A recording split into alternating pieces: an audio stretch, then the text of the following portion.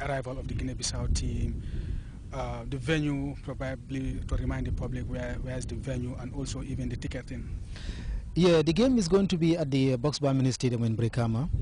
Boxbar Mini Stadium is simply chosen because Brikama, you know, in its totality is cosmopolitan. When you schedule games there or even international matches, the whole community comes out in their numbers to come and watch. So also that we want to patronize them, that is why we have thrown this game there, so that everybody can come out. The gate fees are as minimal as free. VIP, we are pegging it at $50, covered pavilions at $25, and the rest of the other stands at $10. So you can see that the Gambia Football Federation and its organizing committee want to cater for every stakeholder, because the executive understands the purchasing power of the average Gambian, and that is why we want all of them to come out in their numbers and be able to afford a $10, a $25 or a $50 to be able to cheer up the women's Scorpions. Women football is back to where it belonged to.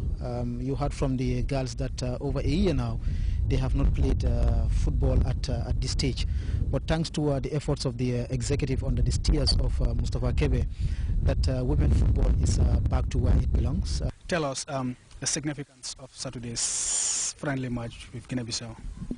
Thank you very much. I think the significance is you had our Tamba said they were told to salve their football boots when aftermath of Azerbaijan. So we wanted to make sure we restore confidence and faith once again in women football. And in doing that, one of the reasons we welcome Guinea-Bissau's initiative to have a test match with us, even though the team is not adequately prepared, we accepted the challenges, and we will use it as a learning experience and to showcase women talent once again. That is, all was not lost, and now an opportunity once again present itself. And that's one of the reasons we will celebrate on Saturday's game. The new executive seems to be having a keen interest in female football. What are your plans for female football? Well, we have a lot of plans, particularly for female football. We believe that people need to be informed, to be aware of an agenda. One of the agendas we will be pushing forward is for women's football to be inspirational, for players or parents to inspire their children to be part of. Remember when the president welcomed the under-17, issue each of them a $1 million. $100,000 each. My friend, I mean, remember, many parents were banging on the coaches to select their children to play football. So we also want to use the same scenario to make sure we embark on an awareness campaign to make sure we make women football inspirational, so that parents who are very key partners in the game to encourage their children, that they can be assured that the children, when they are away, they are protected and they are safe, so that the women figures pursue their career in excellence in their domain. So basically, most of the plans we have will be provided, and you'll be copied. Just to remind you, the game is on Saturday, 4:30 at the Boxbar Mini Stadium. And having seen them train here, hopes are high that the girls, despite being away for so long, are still good to go. And they are ready to take on their opponents from Guinea-Bissau. We have seen the team. It comprises mainly of the players who participated in the FIFA Under-17 in Azerbaijan. But there are also quite a number of new faces who have been drafted into the squad to play alongside the familiar faces of the former Under-17 players in Saturday's encounter.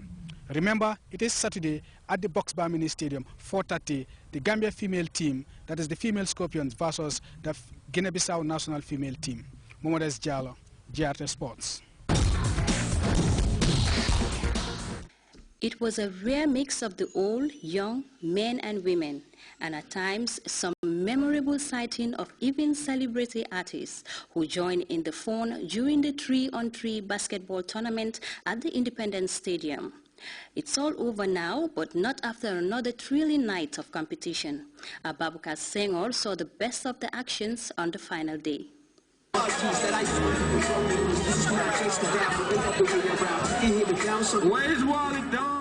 Scenes at the old stadium housing the basketball lawn resemble a carnival. This is basketball's very own way of starting a new year.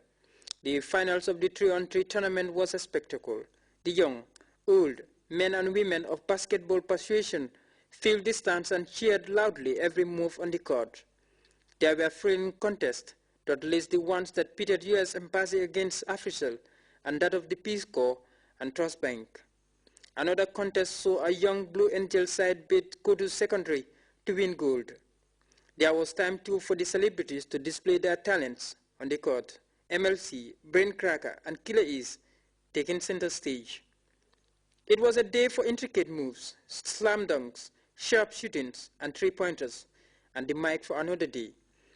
There was so much fun and energy on and off the court, much to the delight of organizers. It was exciting. If somebody really believes in something, you don't just give 10% or 80% or even 100%. You give 200%. And I think that's what I did, and I think that's what my executive did, and I think that's what the volunteers all did, and I think that's what even the media houses, they all came out in their large numbers. And I think also that's what the artists did. So everybody just gave 200%, and that's why we have such a successful tournament. Where do we go from here? From here, we will aim for the maize tournament, and then we will start our league, inshallah. But still, we're looking for sponsors for us to be able to sponsor our league. And as usual, I'm really pleading to everybody that we need to have that indoor basketball court. So much planning was put into this tournament, with a number of sponsors lining up in what is another giant step in sustaining this momentum. You know, I think basketball is growing. Looking at the finals and the consolation game right now, basketball looks like it's on a good path. We just need the GBA and the referees and the Peace Corps to keep basketball on this path. The next big challenge for the GBA will center on putting in proper preparations for the start of the basketball league. For Grts Sport, this is Babakar Senghor. Newtown United were over the weekend crowned champions of Birkama Nawetan football tournament after a 1-0 win over Amasa Football Club.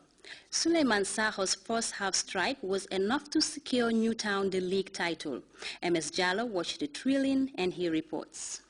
The Boxbar Mini Stadium was full to capacity as thousands of spectators came out to witness the climax of the Birkama Nawetan football season.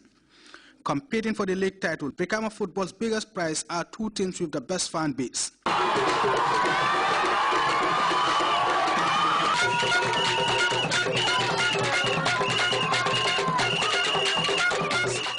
The two sides, Newtown United and Amasa Football Club, aiming to be crowned champions of Birkama, are facing each other for the second time after the first encounter between the two sides ended in a 1-1 stalemate, resulting in this replay.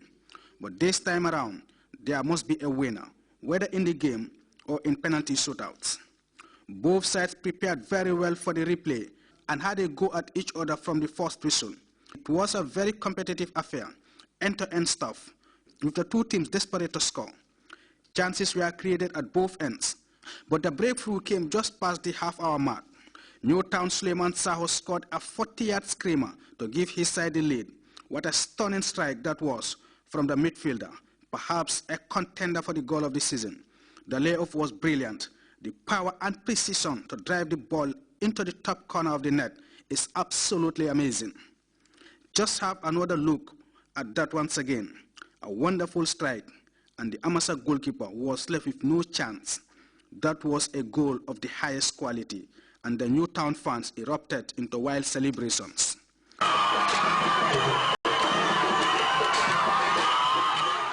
Newtown went into the break the happier of the two sides, leading by a 0-0.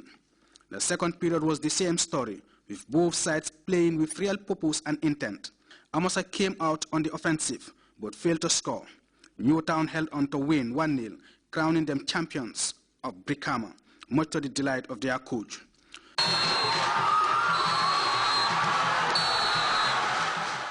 Just like his coach, Kaba Job, who finished as the tournament's top scorer, banging in 8 goals, was equally delighted to help his side win the title. But the hero of the day was Suleiman Saho, scorer of the winning goal, a goal worth of winning the title. The newly crowned champions received $40,000 and the late Mr. Balde Memorial Trophy, bringing down the curtains on nearly 5 months of football fiesta in Birkama.